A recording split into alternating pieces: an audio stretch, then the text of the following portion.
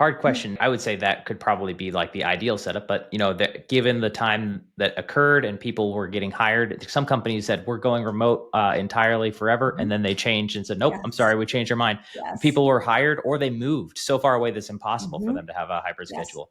What would your advice be in a situation like that? Yeah, I think that it's important. So, for larger organizations, let's say where they have multiple offices, I think it's important that folks have some continuity of going into a office, right? So, for example, outside of Manhattan, Manhattan's office I would go to, but there might be folks who are way out in the burbs of upstate New York or Connecticut, way out. Well, maybe there's a satellite office in those areas. At least someone can kind of get in and have some time.